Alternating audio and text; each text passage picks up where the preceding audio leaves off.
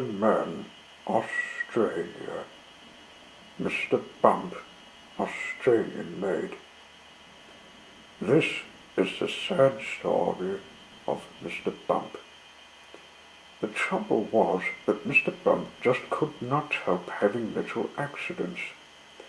If there was something for Mr. Bump to bump into, he'd bump into it all right.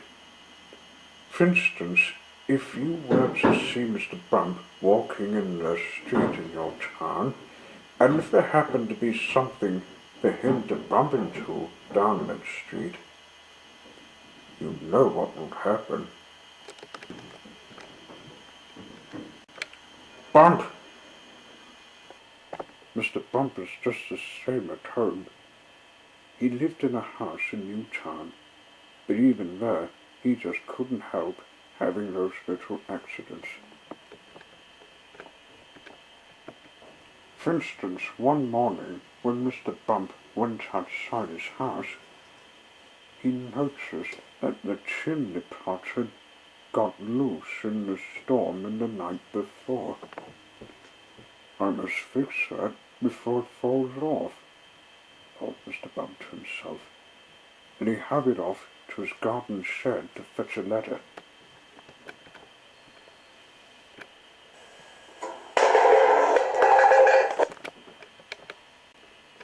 It was a very long ladder. Mr. Bump walked up the garden path with his ladder on the shoulder.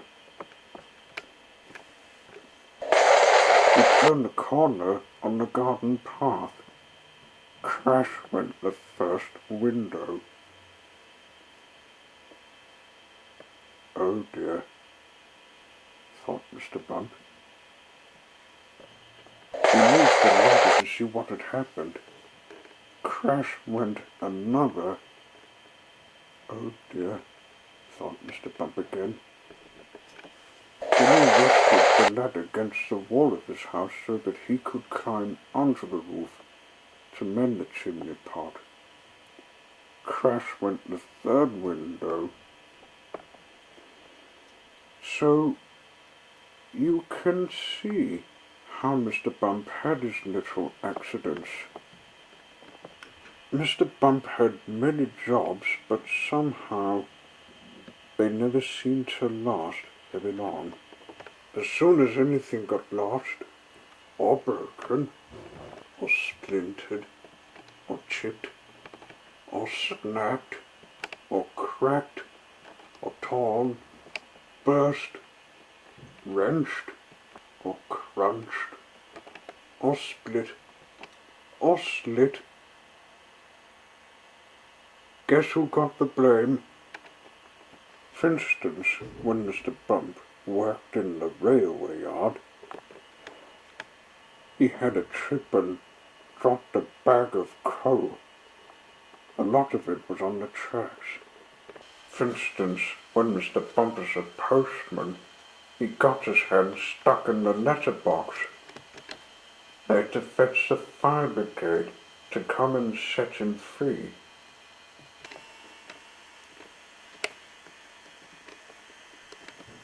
For instance, when Mr. Bump was a bus conductor, he fell off Bertie and couldn't catch him up again. The passengers travelled without having to pay. For instance, when Mr. Bump was a worker, he was to cut some metal to pieces so as to design some brakes, but he kept getting a few cuts. In order to recover from this collection of mishaps, Mr. Bump decided to have a holiday. There he wouldn't cause some trouble and find a job, so he took the train to Sloping Main.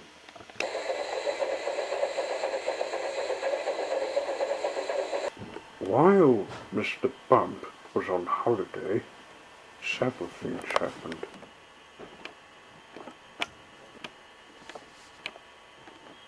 For instance, he fell off a boat into the sea, and a tugboat like Sunshine had to rescue him with his life preserver ring.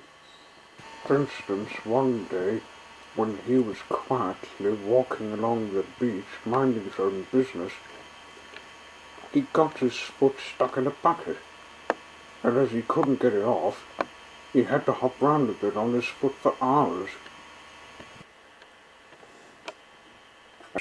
And as he hopped along the beach, he hopped straight into a large hole that somebody had dug, or some pony witch's apple bloom. He had to stay there all night till she went to get help. However, despite all these little accidents, Mr. Bump enjoyed his holiday. While he was there, he had a splendid idea. It was the best idea Mr. Bump had ever had. A really splendid idea. And now, Mr. Bump works happily for Applejack. She had an apple orchard, and that's where Mr. Bump works. Now, Mr. Bump's job is picking apples. But he doesn't use a ladder to climb the tree to pick the apples, like other apple pickers. Oh no. Mr. Bump has a much better way of picking apples than that.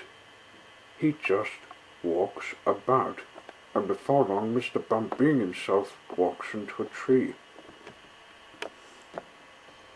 Down falls an apple, and Mr. Bump catches it. This makes the job of apple picking much easier. Mr. Bump is very pleased about his new job, and Applejack was very pleased about her new apple picker. So, you see, the story of Mr. Bump isn't such a sad one after all, is it?